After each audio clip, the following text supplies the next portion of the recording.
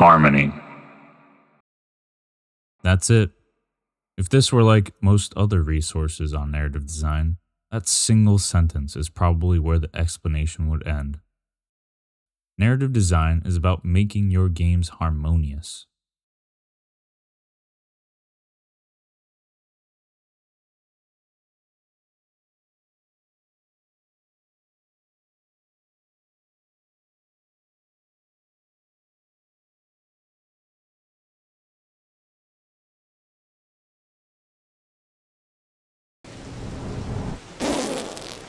Oh my god! Yeah, an overcharged answer. Not much explanation, no application, no path forward. These kind of answers will leave you with more questions than clarity. Obviously, that would be useless.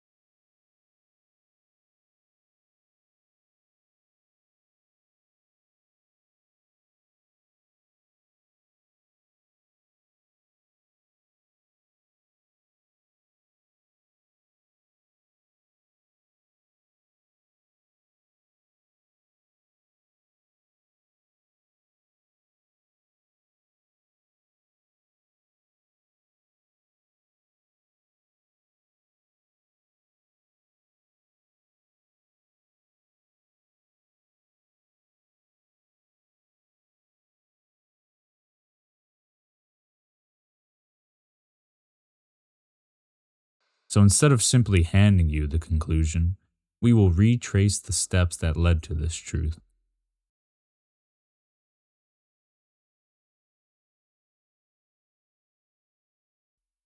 Let me preface that, broadly speaking, my own disposition tends to operate through what's known as Socratic reasoning.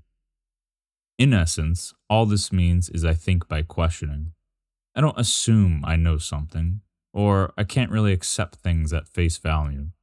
For me, I need to interrogate the reasoning or logic set behind an answer to determine whether it's correct, it's valid, or even furthermore, be able to adopt it as my own truth.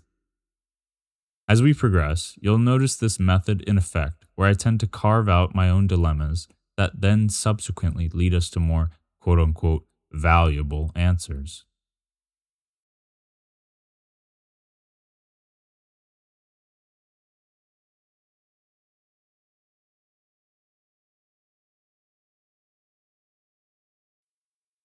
So, let's begin with a simple observation. Narrative design exists. I'm not delusional, am I? As of now, that is a fact. And if this exists, then it must have emerged in response to some need or problem within game development. It's at this moment we should think, what problem is narrative design actually solving? And why is that value being obscured?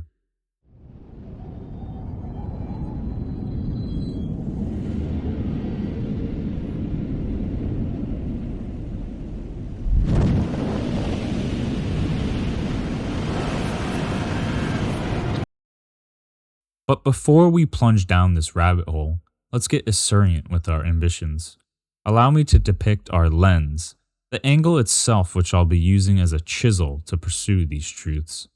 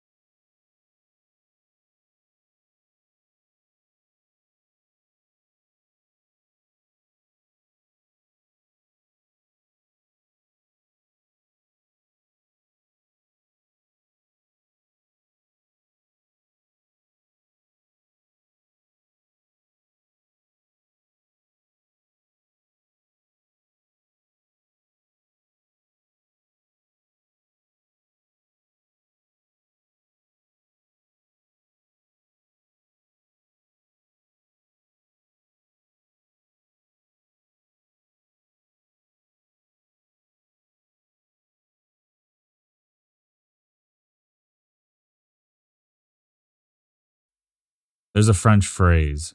Raison d'être. Raison d'être. Raison d'être. Raison d'être. Raison d'être. Raison d'être. Raison d'être. Raison d'être. Which roughly translates to reason for being. In other words, purpose. I believe there's a reason, a difference between a message with and without substance.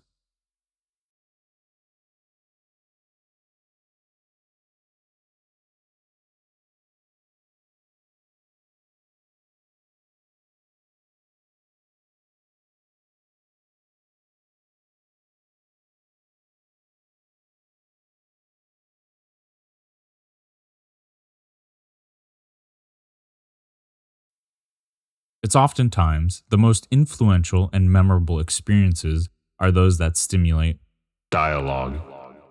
And throughout this video, I'm going to think of and portray this medium, game design, from the perspective that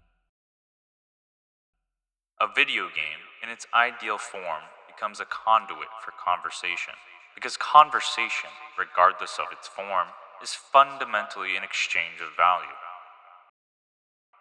again, slowly now, conversation, regardless of its form, is an exchange of value.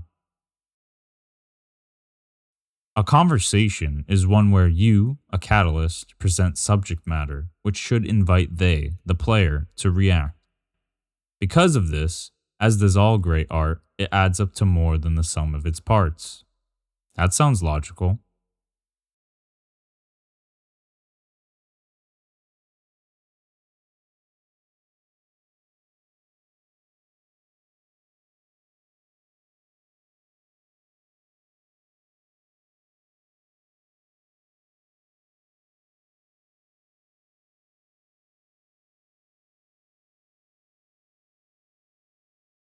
As does all great art, great art, great art, great art.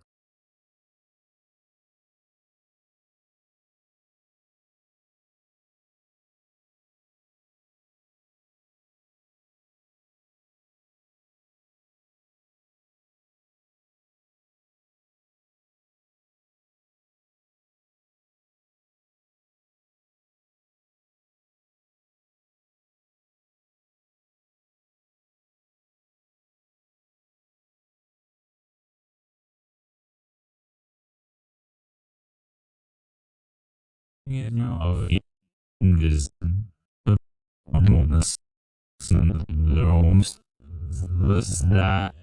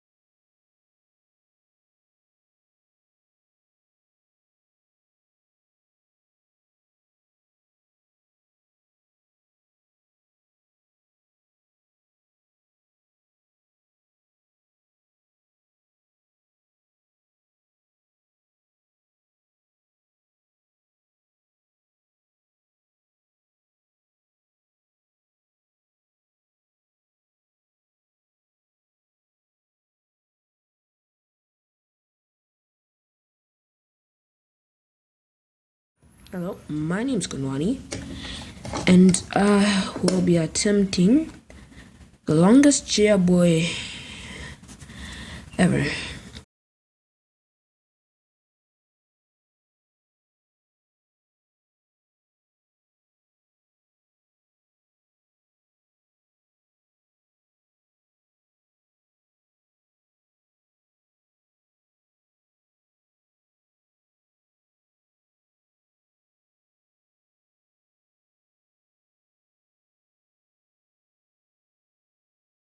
Yeah, boy!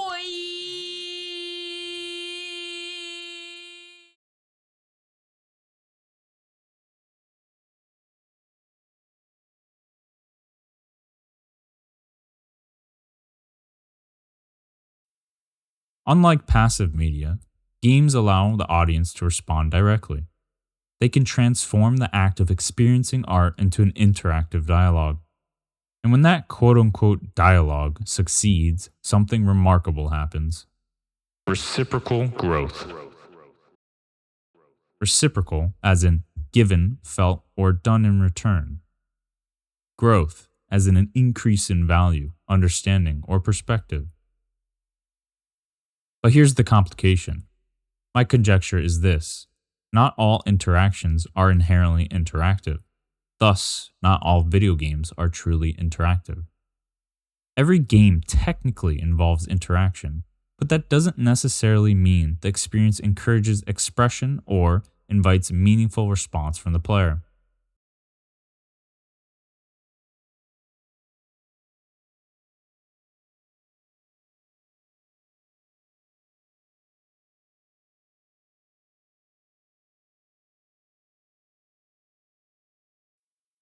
To take a step back, right there we have distinguished a discrepancy, a difference, a conflict, which is the first step in forming our dichotomy. And it's exactly in between this gap where I believe narrative design finds its purpose.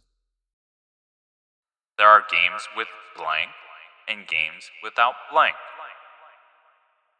From my perspective, that difference is harmony. Okay then. Right about now, you'd be privy to stop the video here and inquire what this divine harmony might actually be. Socratic questioning. So, what actually is harmony in relation to video games? What do I mean by that? Well, fortunately for us, we're working with a pre-established concept within the discipline. If you're unaware, that specific jargon is called ludonarrative harmony.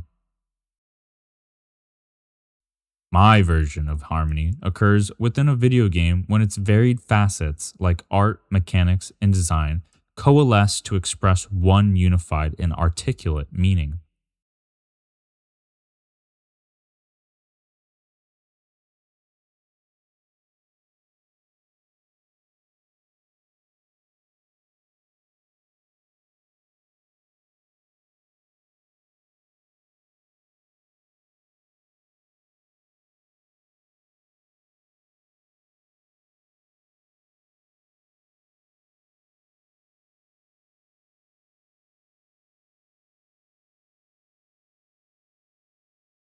Contextually, when those elements reinforce one another, the player experience becomes cohesive and by extension immersive and interactive.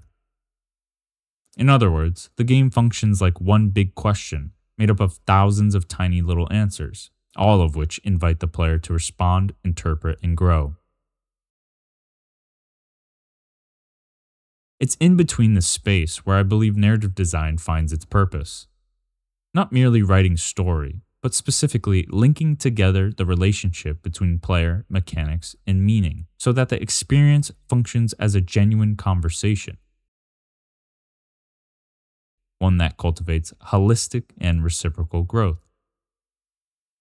Later on, we will delve further into actually materializing harmony, but for now, just recognize that all that follows is working towards making it tangible. As I believe, the goal of a narrative designer, the guarantee a narrative designer should consistently deliver is exactly that. Alright, okay, we're getting somewhere. Yet, that's really only the tip of the iceberg. If we're correct so far, then now to move forward with the discussion, we must tackle a dual-pronged dilemma. First, why do games need to be interactive in the first place? What is the actual value of this harmony we're describing? And secondly, if harmony is so powerful, why isn't it a constant in game design? Why aren't games automatically harmonious? In your eyes, these questions and the answer that trail will either justify or invalidate my perspective.